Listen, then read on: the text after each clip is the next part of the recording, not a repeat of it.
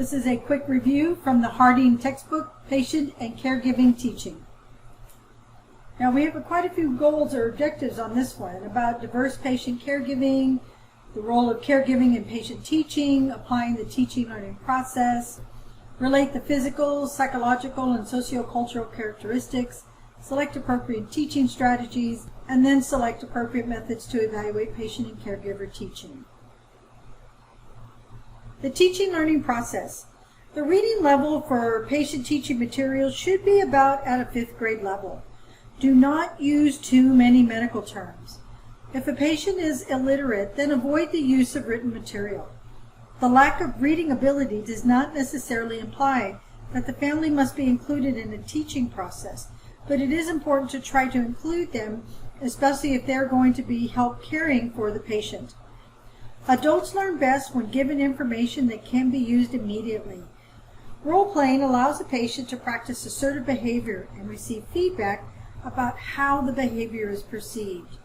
Motivation and readiness to learn depend on what the patient values and perceives as important, and the learning goals should state clear, measurable outcomes of the learning process. Process of patient teaching. Our assessment is the first step in assisting a patient with health changes. Adult learners are independent, and the nurse should act as a facilitator for learning, rather than just saying, "Oh, I'm the expert." Adults learn best when the topic is immediate and useful. Long-term goals may not be very motivating. The principles of adult education include that readiness and motivation to learn are high when facing new tasks like diabetic injections, wound care, and when demonstration and practice of skills are available. Adult education is more effective when focused on information that the patient thinks is needed right now. A long-term response may need to be assessed after discharge, and this is where a home health referral would allow this to occur. Part of the assessment is the physiological characteristics and psychological characteristics, and then sociocultural characteristics. Under this heading, consider health literacy, cultural considerations, socioeconomic consideration. And then under learner characteristics, consider learning needs and readiness to learn. Of course, there's diagnosis and planning, and under planning, think about setting goals. The Transtheoretical Model comes from a background of psychotherapy and behavioral change. Positive reinforcement of the learner's achievement is critical to making lifestyle changes. Reinforcement of the changes being made is an important nursing intervention. Contemplation is the stage at which there is no intention to change behavior in the foreseeable future. Many individuals in this stage are unaware or underaware of their problems.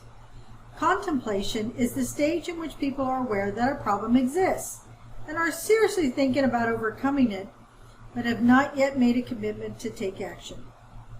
Preparation. This is a stage that combines intention and behavioral criteria. Individuals in this stage are intending to take action in the next month and have unsuccessfully taken action in the past year. Action is the stage in which individuals modify their behavior, experiences, or environment in order to overcome their problems. Action involves the most overt behavioral changes and requires considerable commitment of time and energy. Maintenance is the stage in which people work to prevent relapse and consolidate the gains attained during action. Termination takes on a new self-image, and the old behavior is no longer a threat. An example of the Transtheoretical Model will be placed in Canvas for students to review. The nurse is providing written post-op instructions for the patient following cataract surgery at the day surgery unit. The statement that is most appropriate based on the average adult reading level is: 1. To avoid contamination of the eye, use aseptic technique when applying eye drops. 2. Conjunctivitis may result if the eye is contaminated with wet or dirty eye patches. 3. To prevent infection in the eye, wash your hands before changing the eye patch or using eye drops. And then 4. Coughing and bending over can cause increased intraocular pressure, resulting in retinal damage or displacement of the intraocular lens.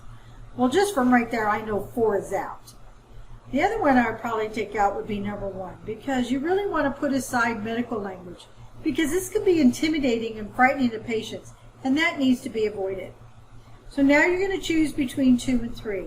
And between 2 and 3, the number 3 is going to be your best answer because it does not use too much medical lingo.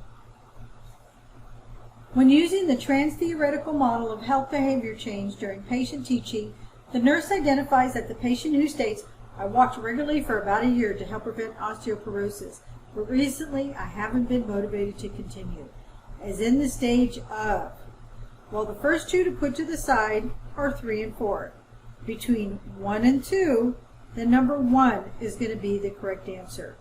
In the Transtheoretical Model of health behavior change, action is defined as the patient begins to change behavior through practice.